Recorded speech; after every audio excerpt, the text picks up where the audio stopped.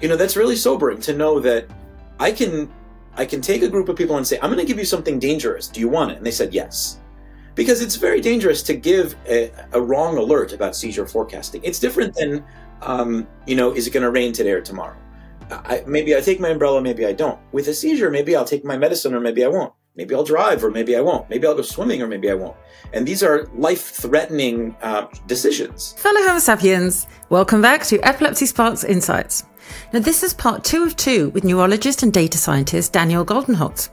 Last week, Daniel and I spoke about ethics and biases in the development of epilepsy technologies.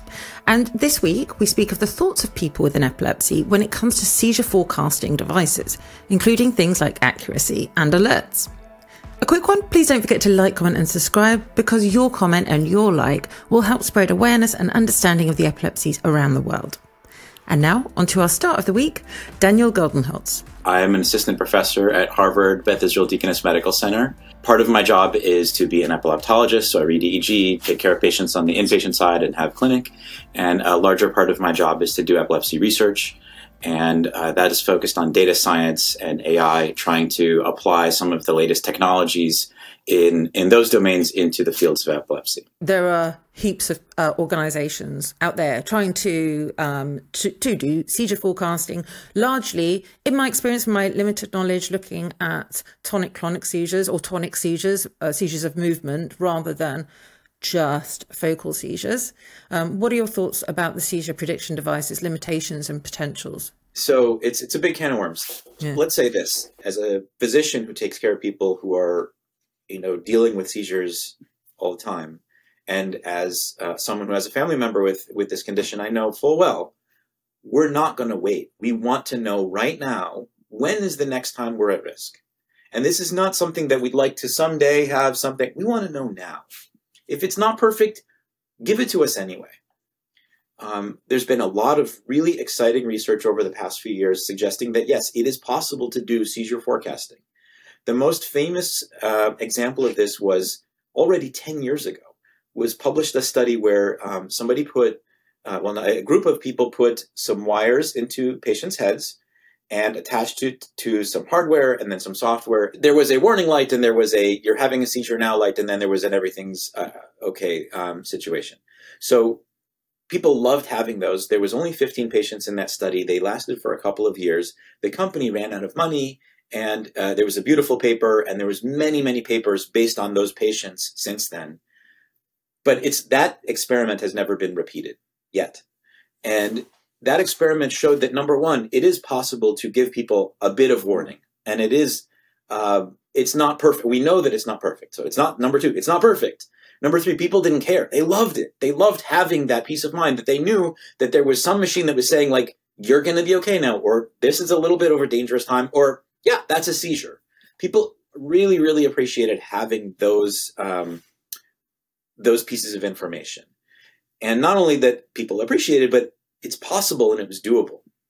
Since that experiment was done, the information that came out of those patients' heads has been studied many, many times. And future studies said, oh, you know what? We could have done better than what they did at the time. Using the same information, we could have done more sophisticated approaches and so on. So I think that that is sort of the biggest piece of evidence that this could work. It's possible that we can give people some kind of a forecast. But then you say, wait a second, you got to stick a wire in my head in order to give me a maybe probability that maybe I'm going to be able to have a seizure or not? I don't know about that, doc. That sounds a little bit crazy. And that's true. It is pretty crazy because, of course, you're going to have the risk for bleeding and the risk for infection and the risk for stroke if we do anything inside your head. So do we really want that? Could we do something else? Maybe like something you wear. Well, there's some really exciting research that says, yeah, maybe. Maybe you could wear something and that thing can give you some idea about your risk going up and down over time. And those risks, again, they're not perfect, but maybe people would like them and maybe people would appreciate them and maybe it'd be worth it. So then even further, our group several years ago said, maybe you don't even need to wear anything. Maybe you just need to have a diary. And we came up with this way of doing that, and we made some very exciting claims that maybe it's possible just with the diary alone you can make a risk for tomorrow. And that was very exciting, and to be very clear, what we said is mathematically it's possible. If it actually helps people, we don't know yet. And since then, we've looked more closely, and I think that it might be mathematically possible, but the way we did it wasn't as smart as we could have been, and we've gotten smarter over time. I don't know if it's still possible. I hope so, but I don't know anymore. There are some new ideas that we didn't have at that time that might help. So with all of that background, what's the deal? Can we do it? Yes or no? And the answer is maybe. If we can do it, it certainly is not going to be perfect. And the question is, to me, is that okay? Can I give you, let's say, I don't know, and it doesn't matter. Let's pretend that you have active seizures. If you have active seizures, can I give you this tool that I know for sure will fail you sometimes? Are you okay with that? And we did a study where we asked that kind of question to a group of people with active epilepsy. And to my surprise, they said, yeah, we'll take it. We don't care that it's not perfect. If it tells us too many alarms or not enough alarms, give us that tool. And, you know, that's really sobering to know that I can take a group of people and say, I'm going to give you something dangerous. Do you want it? And they said, yes. Because it's very dangerous to give a wrong alert about seizure forecasting. It's different than, you know, is it going to rain today or tomorrow? Maybe I take my umbrella, maybe I don't. With a seizure, maybe I'll take my medicine or maybe I won't. Maybe I'll drive or maybe I won't. Maybe I'll go swimming or maybe I won't. And these are life-threatening decisions. So I think that having a seizure forecasting tool that's not super accurate raises, when we talk about ethics, it raises a real serious ethical question on the part of the investigator or the company that offers it. Are you sure this is safe? And if you're not sure that it's safe, do you have a way to communicate to your patients that you know for sure they're going to understand? Because if not, somebody's going to get hurt. And I worry, ever since I got started in this field, I got really worried about that, and I'm still worried about it. How can we provide these forecasts in a responsible way to people who sometimes don't make good decisions even without AI? I'm totally with you on that. I'm very up in the air. I've been involved in studies with other people with epilepsy, and some people would say, well, if I'm going to get an alert and that does not prove accurate, I don't have a seizure, or I'm not actually going to have a seizure, you're going to make me so stressed that I will have a seizure, that I will have a seizure, even though ordinarily I might not have had that seizure. And yeah, so there are so many different sort of angles you could look at it. I think accuracy is a big deal. It's a really, really big deal. That's what holds in my experience, lots of people with epilepsy back. But I really like the point you made actually about people with epilepsy or their carers, you know, actually understanding the at least current limited accuracy. I think it's really important. You know, it's funny. I did an informal survey of just random people that I spoke to. And I said, listen, do you use a weather app? And this is something that a lot of people do, right? They have an app on their device, and it tells them, is it going to be snowing? Is it going to be raining? Is it going to be hurricaning? Is it going to be whatever? And I said, why the heck did you use that one? Because there's many apps out there. And this is actually the same kind of question for seizure forecasting. Why is it okay to use this tool, which is inaccurate? And when it comes to weather apps, the answer I got from most people is the same. They said, I like this one. In other words, I put about 5 seconds of thought into the idea, and I came to the conclusion, this one is okay.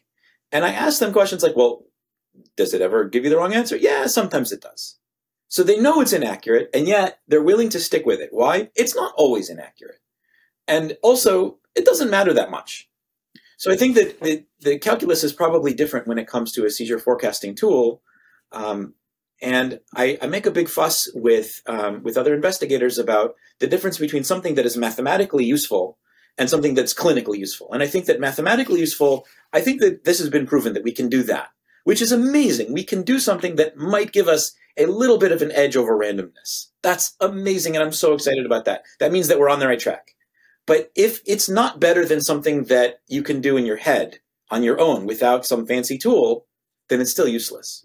Also, simple things like, well, might seem not that important, but like alerts. So another conversation I had with somebody, it was actually about the voice alert. I said, I would not use that because his voice, for whatever reason, creeps me out. Really creeps me out. And they said, well, what type of alert would you like? I said, well, do you know what? I think I'd like some Yeah, this is dark humor, but for instance, Who Wants to Live Forever by Freddie Mercury, like that would be funny to me. And other people are like, oh my God, you're sick. Well, yeah, I am. But to me, that works. Do you know what I mean? And so if it was just this creepy voice, I wouldn't use it because it would stress me out. But those are the type of things I think, you know, if you're just working in academia alone and you hadn't spoken to people, you wouldn't know that, right? And that goes back to the weather app, right? I mean, there are some weather apps that I don't like because I don't like the pictures that it shows me. I don't like that it, you know, it provides the information in a dumbed down way or in a too complicated way. I want it just right. And you want to hear an alert that sounds pleasing and not frightening. And I think that all that stuff is important. The psychology of how should we be warned is not a small thing.